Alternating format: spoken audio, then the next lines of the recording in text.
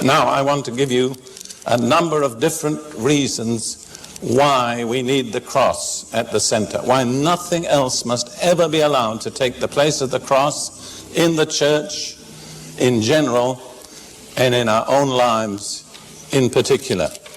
I'm going to present to you 6 aspects of the cross, 3 in this session and 3 in the session to follow.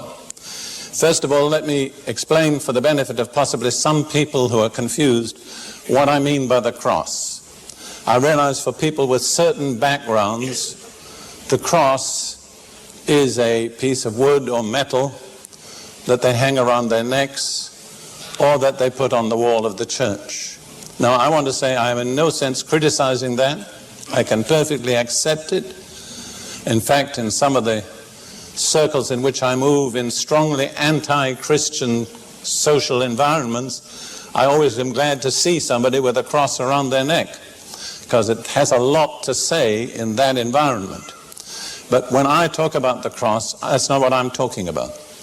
When I talk about the cross, I'm talking about the sacrifice that Jesus made of himself upon the cross, his sacrificial death, and all that it accomplished for us. But rather than use all those phrases again and again, I condense it to the phrase, the cross. The first aspect of the cross that I want to present to you is that it represents one perfect, all-sufficient sacrifice. This is stated in Hebrews chapter 10 and verse 14. Excuse me.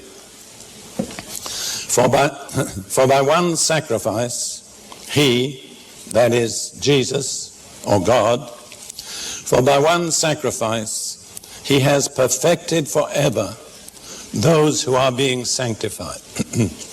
What the writer is saying is, by his sacrificial death on the cross, Jesus made total, perfect, all-sufficient provision for every need of every human being at any time and in any place forever.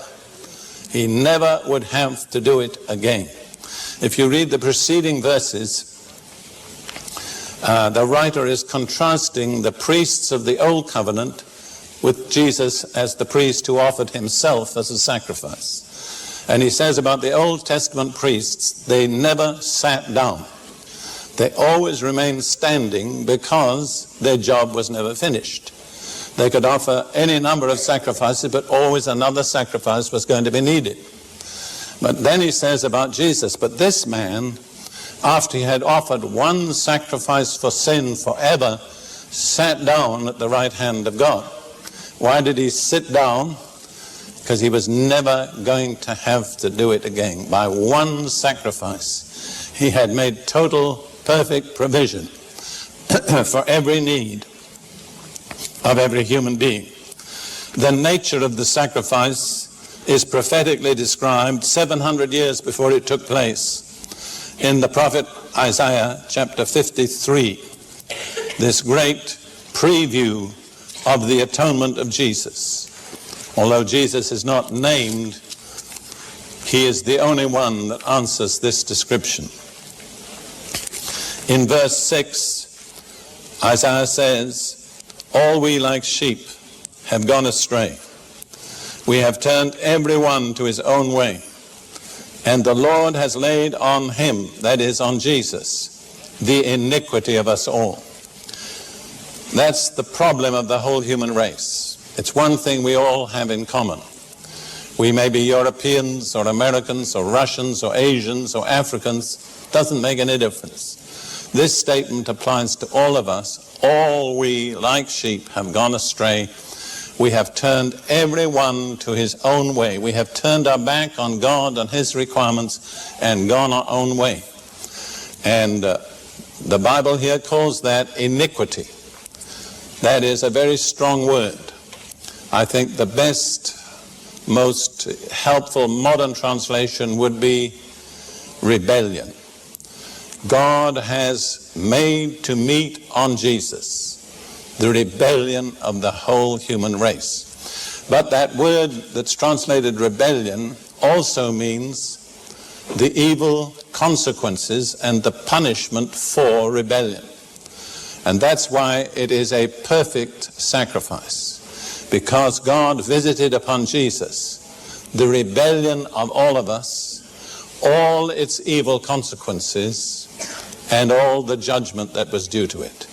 In very simple language, the truth is this: all the evil due by justice to us came upon Jesus, that all the good due to the sinless obedience of the Son of God might be made available to us. Very, very simply, all the evil came upon Jesus, that all the good might be made available to us. That's all that Jesus needed to do. He did it all by that one sacrifice.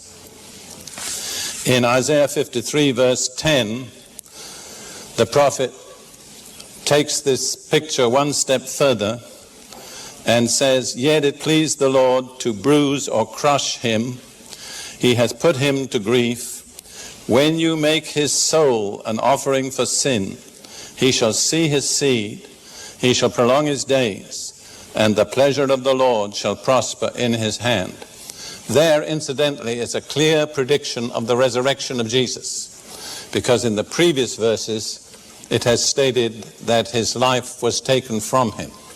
And so when it says he shall see his seed, he shall prolong his days, that could not be without his resurrection.